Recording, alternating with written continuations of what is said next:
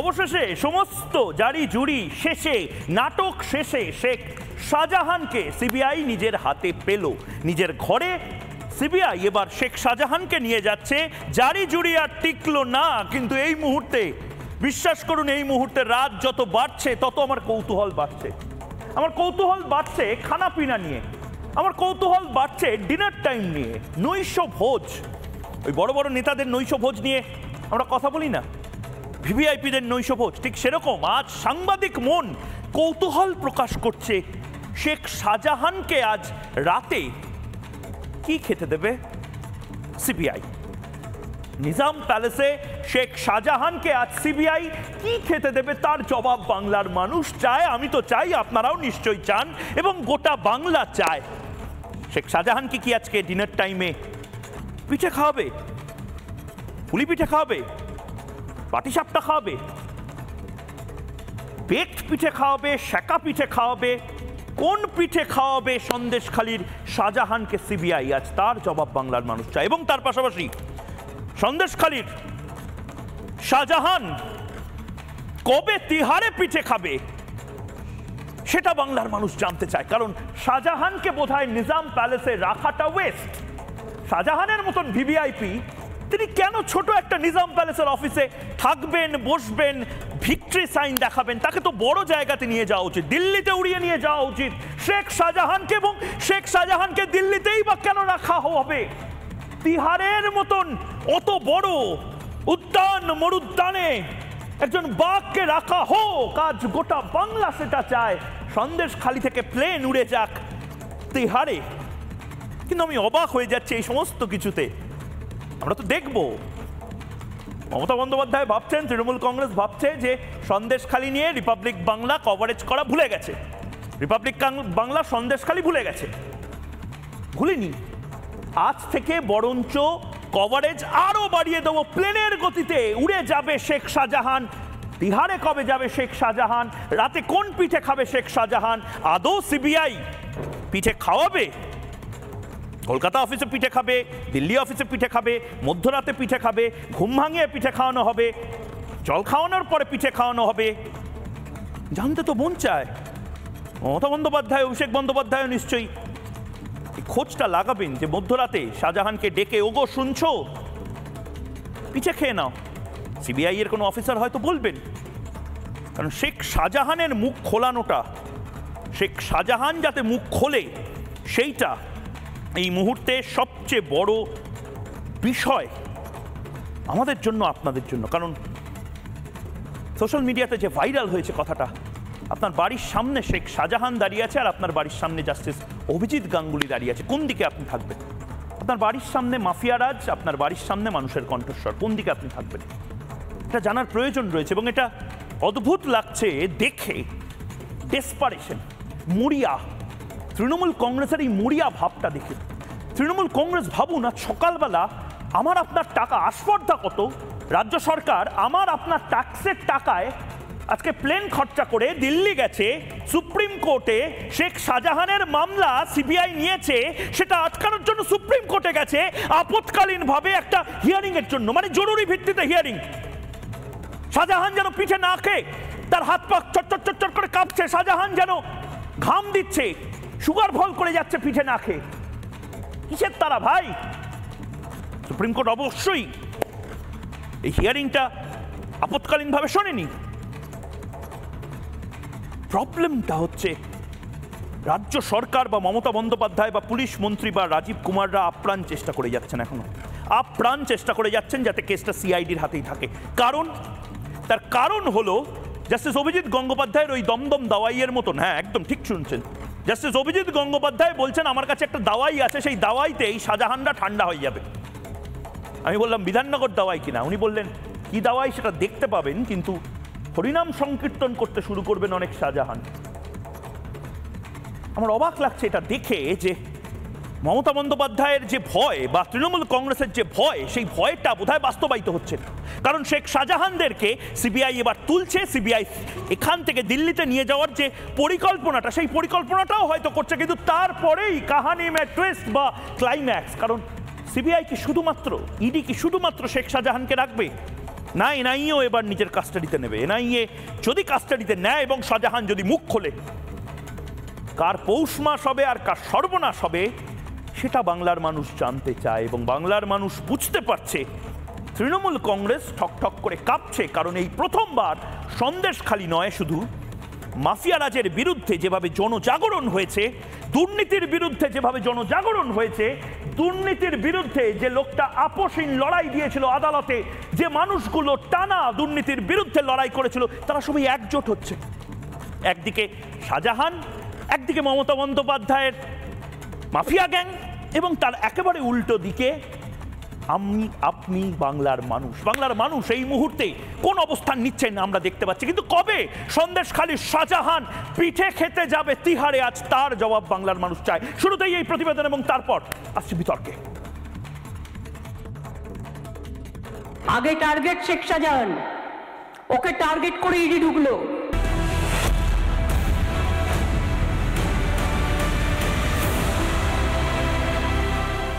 সন্দেশখালীর প্রতিবাদ, রিপাবলিক বাংলায় লাগাতার কভারেজের চাপে পড়ে শাহজাহানকে গ্রেফতার করতে হয়েছে।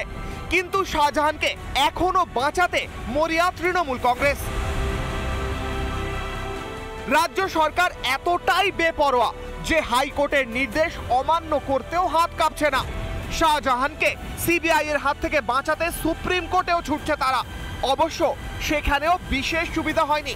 এই নিয়ে কটাক্ষ করলেন খোদ प्रधानमंत्रियों। टीएमसी सरकार बंगाल की महिलाओं के गुनहगार को बचाने के लिए पूरी शक्ति लगा रही है, लेकिन पहले हाई कोर्ट और फिर सुप्रीम कोर्ट से भी राज्य सरकार को झटका लगा है। যে যাই বলুক, নেত্রী যখন পাশে দাঁড়িয়েছেন, শাহজাহানকে যেন তেন প্রকারেণ বাঁচাতেই হবে। এখন তৃণমূলের নেতা মন্ত্রীদের কাছে এটাই যেন মূল মন্ত্র। বাংলার সম্মান নিয়ে অসুবিধা হচ্ছে। সিবিআই মানেই সে সবকিছু করে দেবে, আর বাংলার পুলিশ মানে সে অপদার্থ, সে পক্ষপাতিত্ব নয়। যারা যেটা আজকে করছে, যারা তারা পক্ষপাতিত্ব করছে। শাহজাহানের সিবিআই এর হাতে যাওয়া আটকাতে নির্লজ্জ চেষ্টাকে কটাক্ষ করতে ছাড়েনি পদ্ম শিবির। মমতার আদরের ভাই শেখ শাহজাহান, ভাইকে বাঁচানোর জন্য মমতা বন্দ্যোপাধ্যায় মাননীয় মুখ্যমন্ত্রী হয়ে, একজন মহিলা হয়ে তিনি যেভাবে চেষ্টা করে যাচ্ছেন, চরম মানে আমাদের অন্ততপক্ষে লজ্জা লাগছে। অত্যাচারের বিরুদ্ধে সন্দেশখালীর লড়াই পথ দেখিয়েছে দেশকে, আর দুর্নীতির বিরুদ্ধে কিভাবে লড়তে হয় বিচারপতি থাকাকালীনই সেটা দেখিয়েছেন অভিজিৎ গাঙ্গুলি। সন্দেশখালী ও অভিজিৎ গাঙ্গুলি সাঁড়াশি চাপেই এখন আতঙ্ক হয়ে দাঁড়িয়েছে তৃণমূলের কাছে। শাসকের মাফিয়া রাজ চুরি ঠেকাবে গাঙ্গুলি দাওয়াই? আজ এই প্রশ্নেরই জবাব চায় বাংলা। সাঁড়াশি চাপের মধ্যে পড়েছে, বুঝলেন। প্রথমে বিজেপির চাপ, আদালতের চাপ, ইডি সিবিআই এর চাপ, এনআইএ এর চাপ, শাহজাহানদের বিরুদ্ধে জনরোষ, সেই চাপ। এবার একজন কোথা থেকে আদালত ছেড়ে সাধারণ মানুষের আদালতে চলে এলেন এবং তিনি বলছেন, এবং গাঙ্গুলি চাপ। গাঙ্গুলির ব্যাটিং দেখেছেন মমতা বন্দ্যোপাধ্যায়, অভিষেক বন্দ্যোপাধ্যায়রা। গাঙ্গুলি দাওয়াইটা কি আজ শোনাবো আপনাদেরকে, কিন্তু তার আগে যারা এই মুহূর্তে রয়েছেন তাদের সাথে আলাপ করিয়ে দিয়ে রয়েছেন। আমার একদিকে রয়েছেন সুস্মিতা সাহা দত্ত, আইনজীবী এবং বিজেপি মুখপাত্র, তার পাশেই রয়েছেন অপর বিজেপি মুখপাত্র অঙ্কন দত্ত, অপরদিকে রয়েছেন অরিন্দম আচার্য, প্রাক্তন পুলিশ কর্তা, দেবাশিস ঘোষ, রাজনৈতিক বিশ্লেষক, রাজপুত্র চন্দ্র, রাজনৈতিক কর্মী। আমি প্রত্যেককে অনুরোধ করবো কেউ কারোর উপরে কথা বলবেন না, কারণ আজকে একদম বোঝার পালা।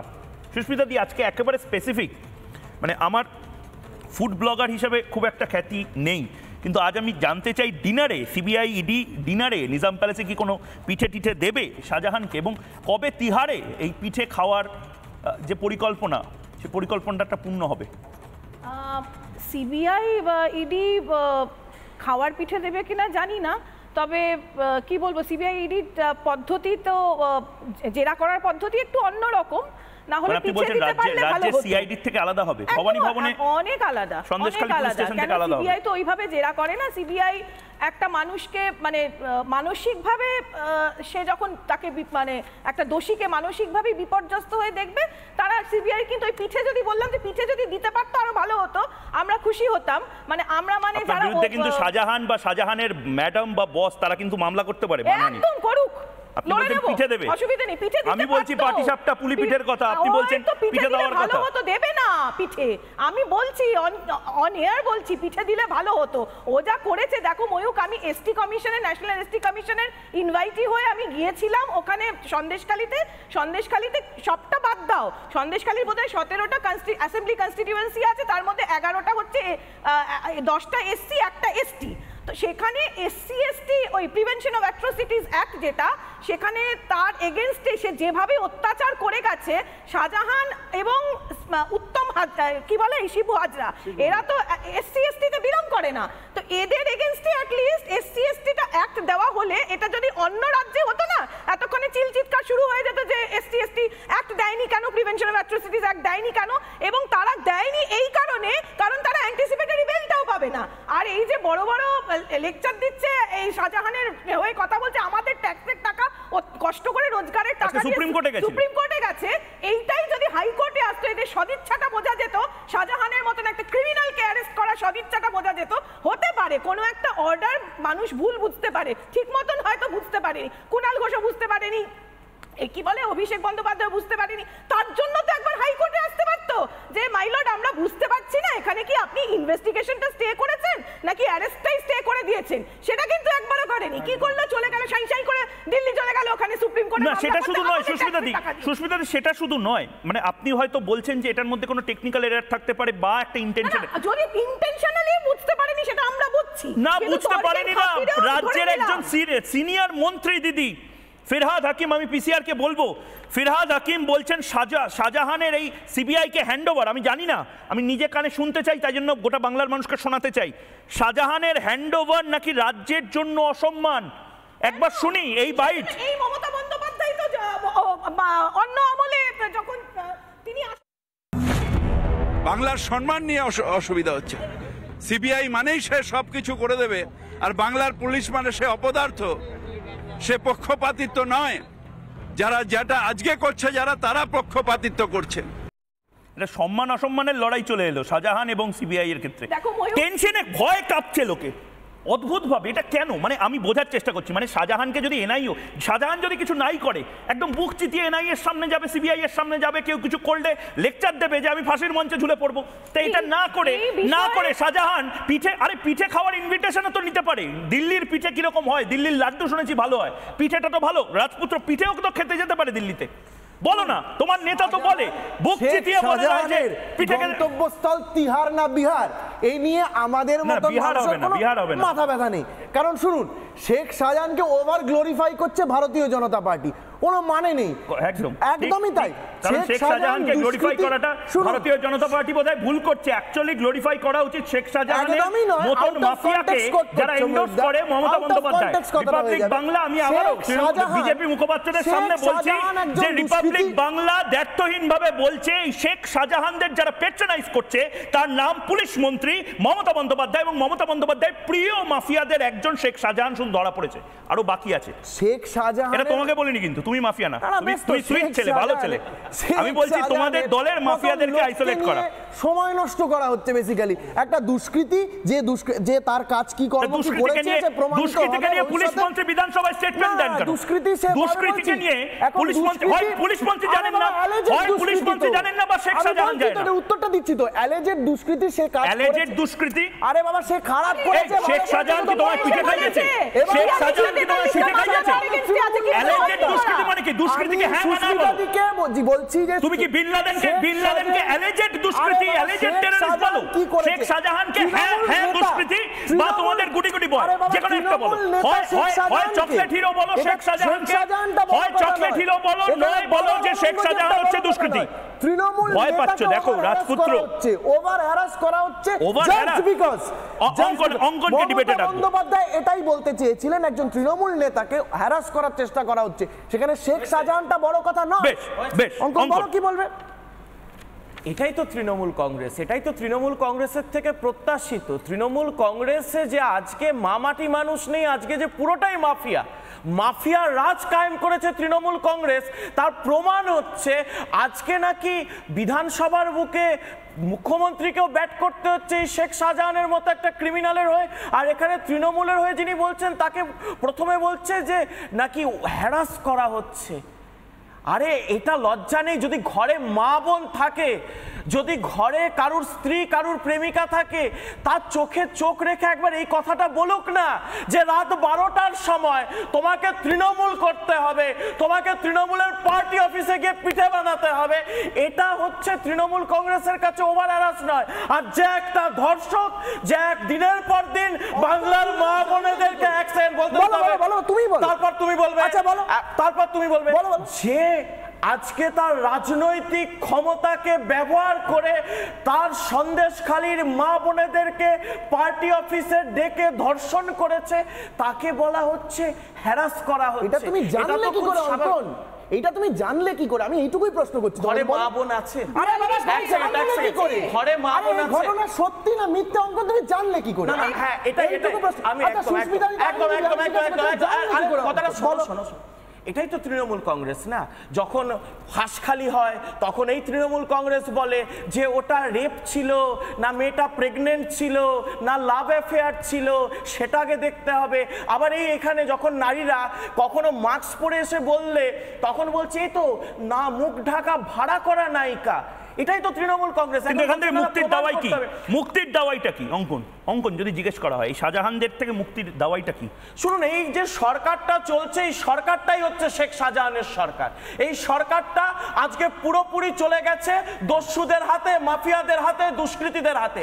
এই সরকারটাকে সরাতে হবে, কারণ এই সরকারটা একটাই মন্ত্র জানে যে আমাদেরকে লুট করতে হবে। যেন তেন প্রকারে বাংলার মানুষের কষ্টার্জিত অর্থ, বাংলার মানুষের সম্পদ, বাংলার মানুষের পরিশ্রম করা সম্পদ, সেগুলোকে লুট করতে হবে। আমি গতকালকেও লিখেছিলাম, তুমি বলছিলে ময়ূকদা যে দুটো অপশন আছে। যারা এখানে এত অভিজিৎ গাঙ্গুলিকে নিয়ে আনো কথা বলছে, আমি বলছি রাত 12টার সময় বাড়ির সামনে ঠক ঠক করে আপনার দরজা আওয়াজ হচ্ছে, আপনি দরজাটা খুলে দেখলে, আপনি তৃণমূল, বিজেপি, সিপিএম, কংগ্রেস যা করুন, কিন্তু আপনি যখন রাত 12টার সময় আপনার ঘরে শুয়ে রয়েছেন, আপনার সাথে নেবা গল্প করছেন, খেয়ে দিয়ে উঠেছেন, জাস্ট টিভি দেখছেন, হঠাৎ আওয়াজ হচ্ছে, একদিকে দরজাটা খুলে দেখলেন শেখ শাহজাহান আর আরেকদিকে দেখলেন অভিজিৎ গাঙ্গুলি, আপনি কোন পথ নেবেন? আপনাদেরকে ধারণা করতে হবে যারা শেখ শাহজাহানের পক্ষ নিচ্ছেন প্রত্যেকে দুষ্কৃতী। কিন্তু অঙ্কন রাজপুত্র দুজনকেই আমি বলছি, না না সিনেমা না, আরো বড় সিনেমা শেখ শাহজাহান। এক সেকেন্ড, আমরা এই ঘটনা নোয়াখালীতে শুনেছিলাম, আমরা ভাবতে পারিনি আজকে সেটা আমার। এক সেকেন্ড, শোনো, আজকে তুমি যেখানে বসে আছো সেখান থেকে 70 কিলোমিটার দূরে মায়েদেরকে রাত 12টায় ডাকা হচ্ছে, তুমি তাহলে এখানে বাবাজি করছো। কিন্তু আমি দুজনকে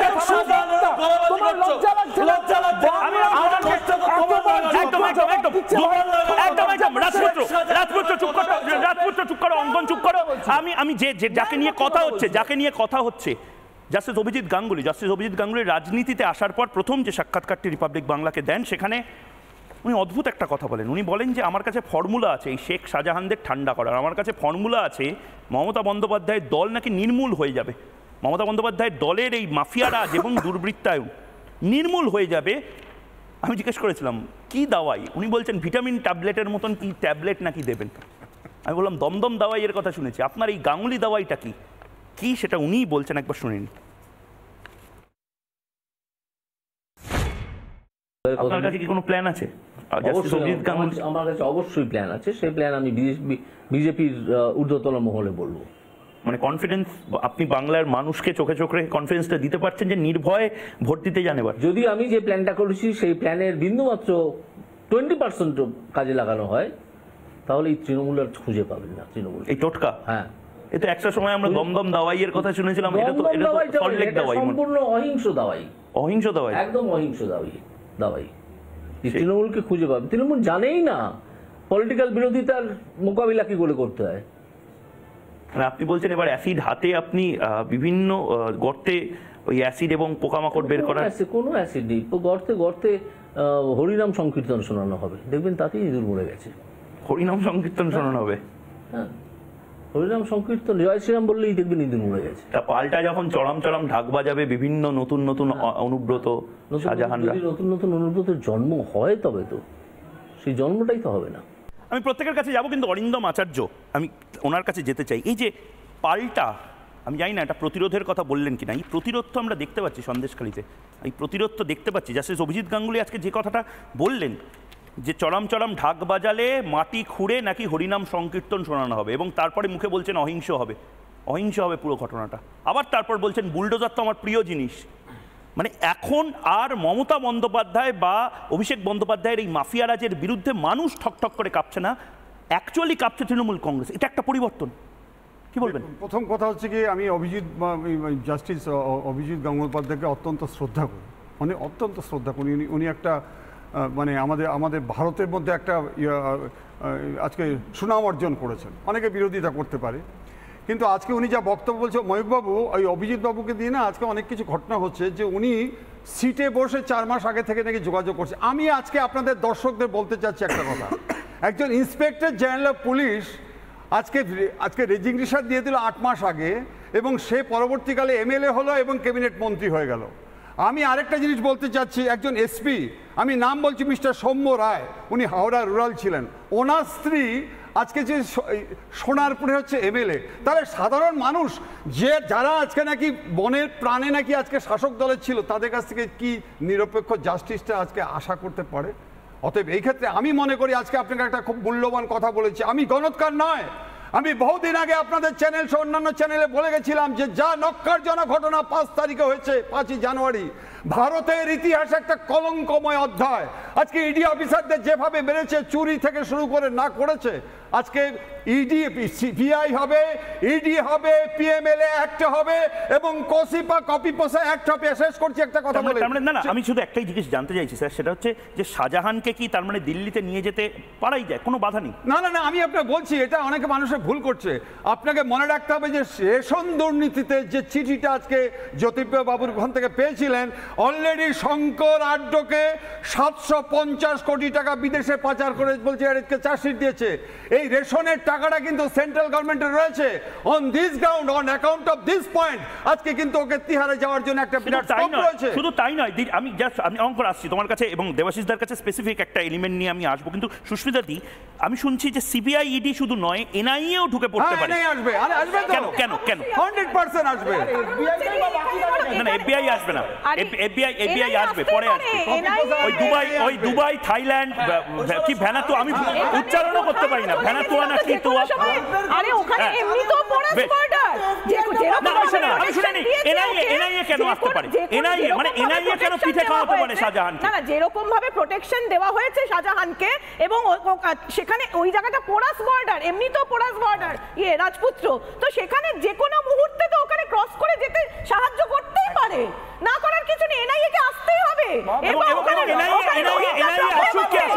রোহিঙ্গা প্রবলেম আছে, বর্ডার সিকিউরিটি ফোর্স বলে কিছু নেই। আরে বাবা, বর্ডার সিকিউরিটি ফোর্স বলে আছে, বর্ডার সিকিউরিটি ফোর্স কে কাজ করতে দাও। ওরে বাবা, বর্ডার সিকিউরিটি ফোর্স বলে কিছু নেই, কাজ করতে দাও আছে। আচ্ছা, একদম একদম একদম অমিত শাহ থেকে শুরু করে রাজপুত্র, bulldozer bulldozer bulldozer bulldozer bulldozer রাজপুত্র বুলডোজার। অদ্ভুত ভাবে এখন জজ সাহেবরা আমি জানতাম না, জজ সাহেবরা খুব বেশি করে বুলডোজারের কথা বলছেন। এর আগেও জাস্টিস অভিজিৎ গাঙ্গুলি বলেছেন, এবং অঙ্কন আমি তোমার কাছে 30 সেকেন্ডের রিয়াকশন নেওয়ার আগে জাস্টিস অভিজিৎ গাঙ্গুলিকে আমি জিজ্ঞেস করেছিলাম, জাস্টিস অভিজিৎ গাঙ্গুলি, ভালো করে শুনুন দর্শক, জাস্টিস অভিজিৎ গাঙ্গুলিকে জিজ্ঞেস করেছিলাম, আপনি যে ধরনের কথা বলছেন, আমি সাধারণ শিক্ষিত বাঙালিদের এরমভাবে কথা বলতে শুনিনি, আপনি তো উত্তরপ্রদেশের সেই বুলডোজার বাবার মতন কথা বলছেন, আপনি কি বাংলায় বুলডোজার বাবা হবেন? জাস্টিস অভিজিৎ গাঙ্গুলিকে আমি ভেবেছিলাম একটা হেলমেটে বল দেবো, জাস্টিস অভিজিৎ গাঙ্গুলি সেই বলটা নিয়ে 6 মেরে দিলেন, এবং আমি অবাক হয়ে তাকিয়ে থাকলাম লোকটার দিকে। একবার শুনে নিই এবং তারপর 30 সেকেন্ড অঙ্কনের কাছে আসবো। আপনি ভয় পাওয়ানোর একটা জায়গা তৈরি করছেন। আপনি কি বাংলায় বুলডোজার বাবা হওয়ার জন্য এসেছেন? একটা আতঙ্কের জায়গা তৈরি হতে পারে। বুলডোজার আমার অত্যন্ত প্রিয় বস্তু। বুলডোজার আপনার প্রিয় বস্তু? হ্যাঁ, কারণ যেখানে উত্তরপ্রদেশে যোগী আদিত্যনাথকে বুলডোজার বাবা বলে, আপনি কি বাংলায় বুলডোজার বাবা হবেন? আমি বলেছিলাম তো, যোগীর কাছ থেকে 3টে বুলডোজার ভাড়া করে আনুন, তাদের নাম দিন সেকুলার বুলডোজার, বলে যে বেআইনি নির্মাণগুলো আছে ওগুলো ভেঙে দিন, বলেছিলাম তো। তারপর আমি যে কটা বেআইনি নির্মাণ ভাঙার অর্ডার দিয়েছিলাম কিছুদিনের জন্য, আমার কাছে কিছু মামলা ছিল, প্রত্যেকটা ভাঙা হয়েছে, একটা হয়নি। শুধু প্রত্যেকটা বলবো না, একটা বাদে সব কটা ভাঙা হয়েছে। আপনি করছেন কি সিস্টেমের সাথে? তো মানে খেলা খেলছেন। সিস্টেম অত্যন্ত রটন হয়ে গেছে সিস্টেমটা। এই সিস্টেম কি আপনি ভাবছেন বিধান রায়ের আমলের সিস্টেম আছে? এমনকি জ্যোতি বসুর প্রথম 5 বছরের আমলের সিস্টেমও নেই। সিস্টেমটাই তো খারাপ হয়ে গেছে। অঙ্কন 30 সেকেন্ড দিচ্ছি তোমাকে। বাংলায় সিস্টেমটা বিধান রায় বা জ্যোতি বসুর সিস্টেমও এখন নেই, অত্যন্ত করাপ্টেড সিস্টেম হয়ে গেছে, জাস্টিস অভিজিৎ গাঙ্গুলি বলছেন, এবং প্রয়োজনে বুলডোজার চালাতে হবে, বুলডোজার বাবাও হতে হবে। খুব বড় কথা বলছেন, 30 সেকেন্ড। না, এটা তো খুব স্বাভাবিক কথা, কারণ একটু আগেই তুমি বলছিলে যে ওই যে সোকল্ড বাঙালি, শিক্ষিত ভদ্র মার্জিত বাঙালি, সেই বাঙালি আনা বা সেই বাঙালি সত্তাকে তো আমরা আজকে শাহজাহানের সাথে সম্পৃক্ত দেখতে পারি না। যদিও জয় বাংলা বলে সব কিছুকেই সম্পৃক্ত করার চেষ্টা করে রাজ্যের শাসক দল, কিন্তু সেটা তো হতে পারে না। আমাদের বাঙালি সত্তা কখনো শাহজাহানকে, অনুব্রতকে, চাকরি চোর পার্থকে, কয়লা চোর ভাইপোকে, গরু চোর অনুব্রত, এইগুলোকে আমাদের রিপ্রেজেন্ট করে না। আমাদের বাঙালি আনা বা বাঙালি সত্তা বুলডোজার চালাবে, এই বুলডোজার শাহজাহানদের উপর চলবে, চাকরি চোর কয়লা চোরদের উপর চলবে। আর এই শোনো আমি দুজনকে থামাচ্ছি। দেবাশিস ঘোষের কাছে আমি যাওয়ার আগে একবার, দেবাশিস ঘোষের কাছে যাওয়ার আগে, দেবাশিস দা, আমি একদম স্পেসিফিক্যালি আপনাকে আমন্ত্রণ এখানে জানিয়েছি একটা জিনিস বোঝার জন্য। জাস্টিস অভিজিৎ গঙ্গোপাধ্যায় তিনি বলছেন যে অভিষেক বন্দ্যোপাধ্যায়কে নিয়ে আমি কোনো কথা বলবো না, কিন্তু লড়াইটা নাকি অভিষেক বন্দ্যোপাধ্যায়ের বিরুদ্ধে। ওনাকে ভাবে উনি বলছেন তালপাতার সেপাই। অভিষেক বন্দ্যোপাধ্যায়ের বিরুদ্ধে প্রয়োজনে, জাস্টিস অভিজিৎ গঙ্গোপাধ্যায়, এটা ব্রেকিং নিউজ, প্রয়োজনে ডায়মন্ড হারবারেও দাঁড়াবেন যদি দল পারমিট করে। ডায়মন্ড হারবারে দেবাশিস দা যদি অভিজিৎ গঙ্গোপাধ্যায় দাঁড়ান, তাহলে ইকুয়েশনটা কি হয় একবার একটু দেখব। এবং তারপর আমার প্রশ্ন, এই মুহূর্তে যদি লোকসভায় ডায়মন্ড হারবারে ডায়মন্ড মডেলকে ভাঙার জায়গাতে অভিজিৎ গঙ্গোপাধ্যায় বিজেপি থেকে দাঁড়ান, বহু চাকরি প্রার্থী রয়েছেন তারা আন্দোলন ডায়মন্ড হারবারে করেন, তার পাল্টা কে দাঁড়াবেন? অভিষেক বন্দ্যোপাধ্যায় তৃণমূল কংগ্রেস থেকে। অভিষেক বন্দ্যোপাধ্যায় বনাম অভিজিৎ গঙ্গোপাধ্যায়, এবং তার মাঝে যদি কাহানি মে টুইস্টের মতন আরেকজন নাম চলে আসে, নওশাদ সিদ্দিকী। লড়াইটা কিরকম লাগে দেখতে ছুমন্তর একবার দেখে নেব। লোকসভায় ডায়মন্ড টক্করে অভিজিৎ গঙ্গোপাধ্যায়, অভিষেক বন্দ্যোপাধ্যায় এবং নওশাদ সিদ্দিকী।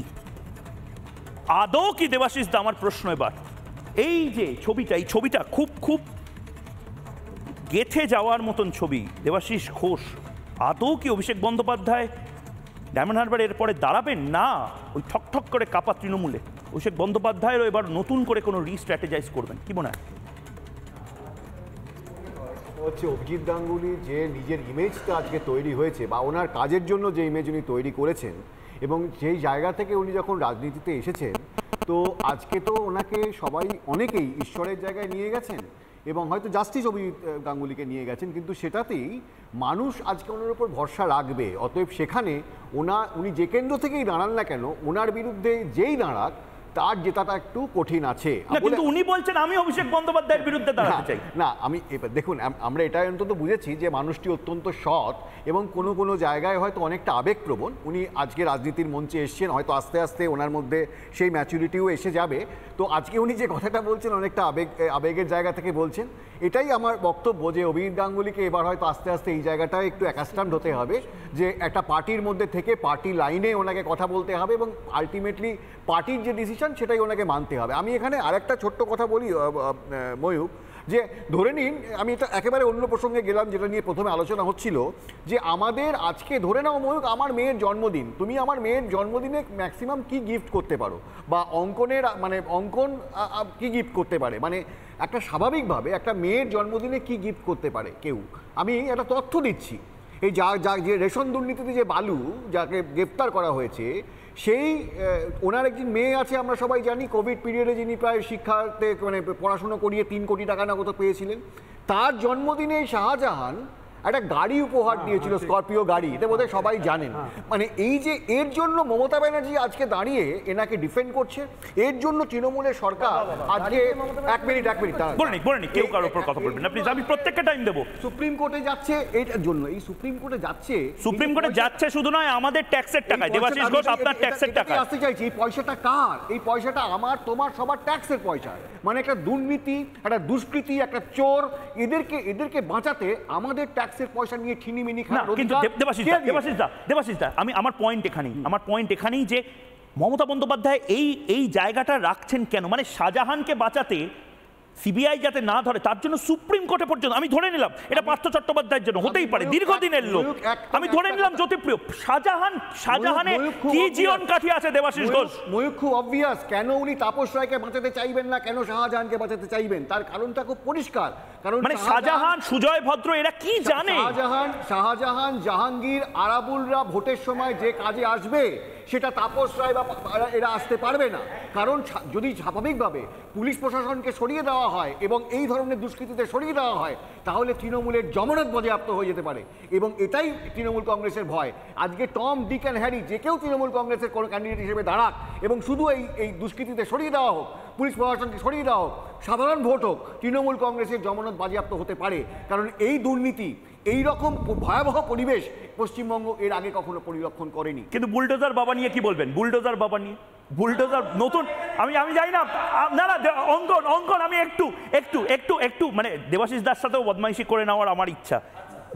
বুলডোজার বাবা আসছেন, দেবাশিস ঘোষ, বামপন্থীদের অনেকের টেনশন বাড়বে হয়তো। বুলডোজার বাবা নিয়ে কি বলবেন সেটা যদি জাস্টিস গাঙ্গুলি হয়? আমি অভিজিৎ গাঙ্গুলিকে কুর্নিশ জানাই।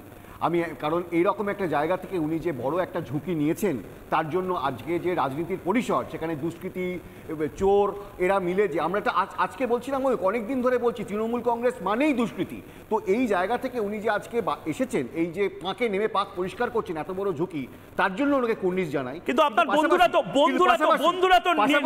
হতাশাগ্রস্ত হয়ে পড়ছে, সিপিআইএম, সিপিএম অনেকে হতাশাগ্রস্ত হয়ে পড়ছে। পাশাপাশি আমি এবার কিন্তু দেবাশিস দাকে আমি আরেকবার তুমি একটু রিলিফ পাবে। তৃণমূল শুধু নয়, বামফ্রন্টকে নিয়েও বলছেন, বামফ্রন্টকে নিয়ে জাস্টিস গাঙ্গুলি কি বলছেন, এবং বামপন্থী যারা এই মুহূর্তে জবাব চায় বাংলা ময়ূককে দেখছেন, তাদের যারা ময়ূককেও এই মুহূর্তে লেখালেখি করছেন, ময়ূককে নিয়ে, জাস্টিস গাঙ্গুলিকে নিয়ে ওনাদের লেখার সময় এসে গেছে। একবার শুনুন কি কাণ্ডটাই না জাস্টিস গাঙ্গুলি করছেন, শুনে নি। মানে তৃণমূল বিরোধী যে দলগুলো রয়েছে, যারা একটা সময় আপনাকে ঈশ্বরের আসনে বসিয়েছে এবং বলেছে আপনি সেই মুক্ত বাতাসটা আনতে পারেন, সেই দলগুলোকে আহ্বান করবেন আপনার সিটে যাতে আপনাকে জেতানো হয়? কারণ কি লড়াইটা তো জাস্টিস গাঙ্গুলি বনাম চাকরি চোরদের। করবো। যারা ভালো মানুষ আছেন তারা যদি বোঝেন যে তাদের রাজনৈতিক দল সেই সিটে জিতবেন না, তাহলে সেই ভোটগুলো নষ্ট না করে আমি বলবো ওই দুষ্কৃতীদের দলকে না দিয়ে বিজেপিকে দিন। সিপিএম তো এর আগে বিজেপি এটা তো প্যাচে ফেলে দিতে পারেন। সিপিএম তো এর আগে বিজেপিকে ভোট দিয়েছে বলেই তো বিজেপির পার্সেন্টেজ এত বেড়েছিল। এখন বিজেপির সাপোর্টার অনেক বেশি। আমার ধারণা 24-এ ওই সিপিএম এর ভোটটা বিজেপিতে গেলে ভালো হবে, এটা বলছেন? না, হ্যাঁ, যেতেই পারে। সিপিএম তো এখন কোনো দিশা দেখাতে পারছে না। আপনি বড় কথা বলছেন, মানে সিপিএম এর বহু মানুষ তো আপনাকে সিপিএম হিসেবে বলতো। হ্যাঁ, বলতো। আমার সঙ্গে তো বামপন্থী লোকেদের যথেষ্ট যোগাযোগ এবং হৃদ্যতা, সখ্যতা ছিল। আমি কোনোদিন বামপন্থী রাজনীতি করিনি। তাদের আশাভঙ্গ করছেন তো আপনি? তারা আশাভঙ্গ কিছু করছে না, তারা নিজেরাই নিরাশ। আমাকে আলাদা করে আশাভঙ্গ করতে হবে না। দেবাশিস দা, কি কাণ্ড হয়ে গেল! জাস্টিস অভিজিৎ গঙ্গোপাধ্যায়, যাকে Fidel Castro, Che Guevara, Stalin, লেনিনের সাথে তুলনা করছিলেন অনেকে, তিনি চলে গেলেন গেরুয়া বসন পরে জয় শ্রীরাম বলতে। না, একদম ঠিক। মানে ওনার তো একটা ব্যক্তিগত অধিকার আছে, মানে সেই জায়গা থেকে উনি ঠিক করেছেন। কিন্তু আমি আবার বলছি যে জাস্টিস গাঙ্গুলি হিসেবে উনি যা বলতে পারতেন, এখন বিজেপির নেতা হিসেবে, অভিজিৎ গাঙ্গুলি হিসেবে আরো বেশি বলছেন তো। উনি যে কথাগুলো বলছেন, এটা আমি প্রথমেই বলেছি, উনি এখন রাজনীতিতে ওনার হাতে করি হচ্ছে, কিছু হয়তো আবেগ বেশি হয়ে যাবে, কিন্তু ওনাকে এটাও বুঝতে হবে যে বিজেপি এবং তৃণমূলের যে দ্বন্দ্বের আবহাওয়া তৈরি হয়েছে, সেখান থেকে সঠিক দ্বন্দ্বে কি উনি আসতে পারবেন, মানে সেটা ওনাকে দেখতে হবে। এবং আমি ওনাকে রিকোয়েস্ট করব যে ওনার যে সততা ছিল জাস্টিস হিসেবে, সেই সততা রাজনীতির ক্ষেত্রে উনি যে ডেফিনেটলি বজায় রাখবেন, কিন্তু পাশাপাশি একটা জিনিস ওনাকে মাথায় রাখতে হবে যে ওনার মতো অনেকে এরকম এসেছেন কিন্তু সেসবই থাকতে পারেননি। অবশ্যই অক্সিজেন সিলিন্ডার সাথে রাখতে হবে যাতে ওনারও কোনো রকম শ্বাসকষ্ট না। একদম একদম। অঙ্কন ডায়মন্ড হারবারে যদি অভিষেক বন্দ্যোপাধ্যায় ডায়মন্ড হারবারে আদৌ দাঁড়াবেন যদি জাস্টিস গাঙ্গুলি এবং তার পাশাপাশি অবসরপ্রাপ্ত বিচারপতি অভিজিৎ গঙ্গোপাধ্যায় এবং নওশাদ সিদ্দিকী দুদিক থেকে যদি এরকমভাবে অপোজিশন আসে? দেখুন, প্রথম কথা বলছি, আমাদের প্রার্থী কে হবেন সেটা আমাদের সেন্ট্রাল পার্লামেন্টারি বোর্ড ডিসাইড একদম। কিন্তু বিষয় হলো খুব মজার ব্যাপার রয়েছে। এই যে 3 লাখ মার্জিনটা হয়েছিল অভিষেক ব্যানার্জির 2019 সালে, এই মার্জিনটা হয়েছিল 418 বুথে 90% ভোট পেয়েছিলেন। বাদবাকি জায়গায় কিন্তু 40%, 42% ভোট পাচ্ছেন। একদম 418টা বুথে উনি 90% ভোট পেয়েছিলেন। এই 418টা বুথেই সক্রিয় রয়েছেন শওকত এবং হলো জাহাঙ্গীর, যাদেরকে আমরা মানে এই শাহজাহান বলি, মানে শাহজাহানের ভাই। এবার এই শওকত আর জাহাঙ্গীরকে যদি ওই জায়গাটাকে মেপে নেওয়া যায়, যে প্রার্থী হোক সভ্যবদ্ধ সমাজ থেকে তিনি জিতবেন। আর এখানে অভিজিৎ বাবুর তো ন্যাচারাল চয়েস, কারণ ন্যাচারাল চয়েস বিজেপি। কারণ 5ই জানুয়ারির পর থেকে সীতারাম ইয়েচুরি, ডি রাজাদের একটা বক্তব্য দেখেছেন, এই যে যারা দেশ বাঁচানোর, সংবিধান বাঁচানোর কথা বলছেন, সাংবিধানিক কাঠামো আঘাত পাচ্ছে, শেখ শাহজাহানের বিরুদ্ধে এক শব্দ বলেছেন। আর শেষে আমি একটা 10 সেকেন্ডে কথা বলে নিতে চাই। আপনি দেখেছেন অনুব্রত মণ্ডল ফিট হয়ে গেছেন। আগে যেমন ছিলেন, বলতেন আমার অনেক সুগার ছিল, খেতে পাচ্ছি না, উনাকে ওই যে গুড় বাতাসা, সুগার ফ্রি গুড় বাতাসা দেওয়া হয়েছে, ফিট হয়ে গেছেন। এই যে বডি ল্যাঙ্গুয়েজ করে ঘুরিয়ে ঘুরিয়ে যাচ্ছিল, আজকে বডি ল্যাঙ্গুয়েজ বদলে গেছে, দেখেছেন। সিবিআই বডি ল্যাঙ্গুয়েজ অলরেডি বদলে দিয়েছে, মানে টাচ করেছে। এবার উনি তো পিঠে খাওয়াতে ভালোবাসেন, এবার ওনাকে সুগার ফ্রি পিঠে দেওয়া হবে। সুগার ফ্রি পিঠে খেলে দেখতে পাবেন একদম ঝরঝরে ফিট হয়ে আসবে।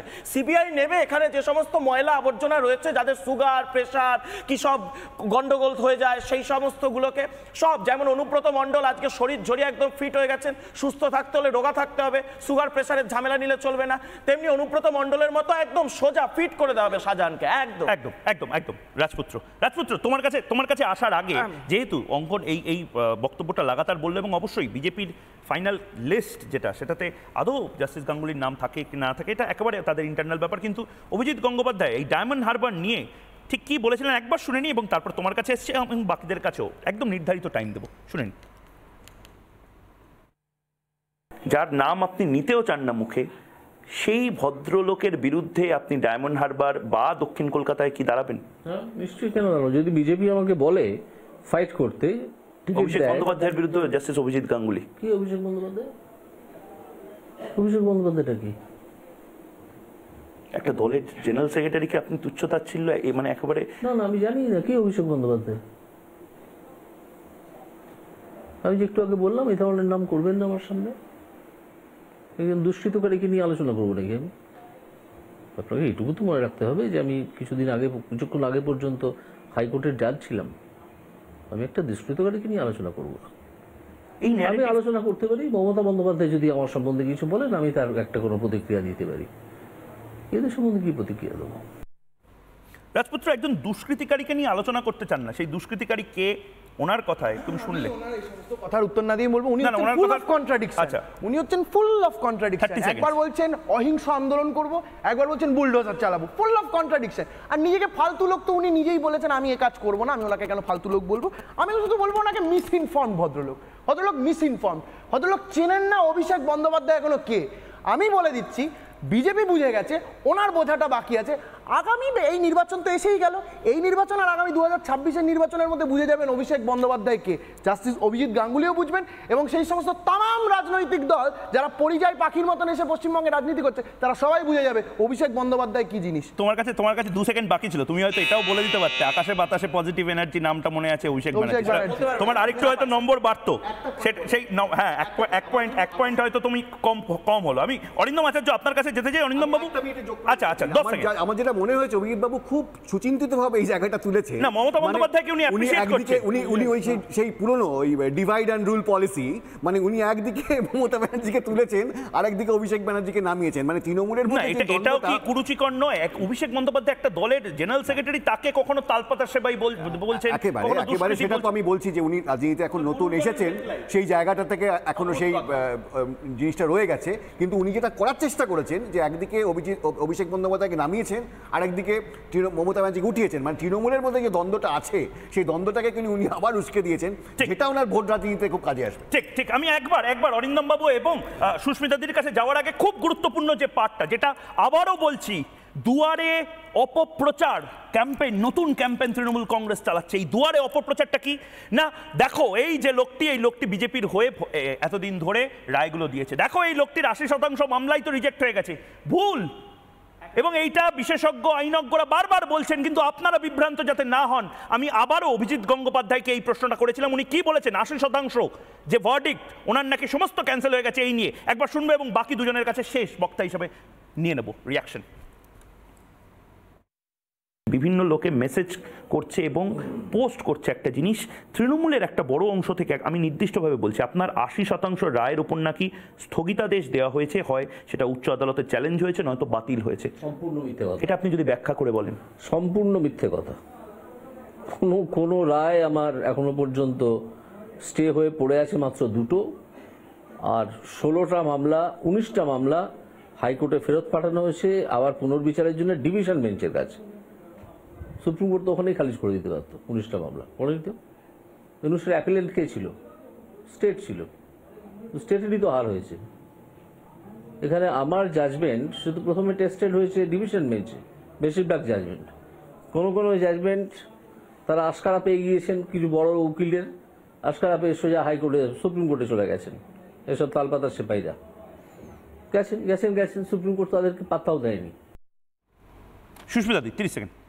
দেখো, অনেক সময় একটা জাজমেন্ট ফেভার্ড না হলে সেটা তৃণমূলের আইনজীবীরা দেখিয়ে দিয়েছে তারা কি করতে পারে, আর সেটা হচ্ছে কি জাস্টিস গঙ্গোপাধ্যায়, মানে এক্স জাস্টিস গঙ্গোপাধ্যায় বা জাস্টিস মান্থার ঘর বয়কট করা, এগুলো দেখিয়ে দিয়েছে। কিন্তু যে কোনো মানুষের একটা অর্ডার পছন্দ না হলে হায়ার ফোরামে সে যেতেই পারে, এবং কি রিজেক্ট করেছে, কটা স্টে আছে, সেটা তো এক্স জাস্টিস গাঙ্গুলি নিজেই বলে দিলেন। আমার একটাই বিষয় যে টেকনিক্যাল কারণে যদি কোনো মামলা স্টেড হয়েও থাকে, তাহলে এটা কি ভুল যে পার্থ চট্টোপাধ্যায়ের বান্ধবীর বাড়ি থেকে টাকা বেরিয়েছে? একদম। আমার একেবারে সময় শেষ। অরিন্দম বাবুকে আমি শেষ জিজ্ঞেস করতে চাই, তিহারে পিঠে খাওয়া ভাবছেন ভালো না খারাপ হবে?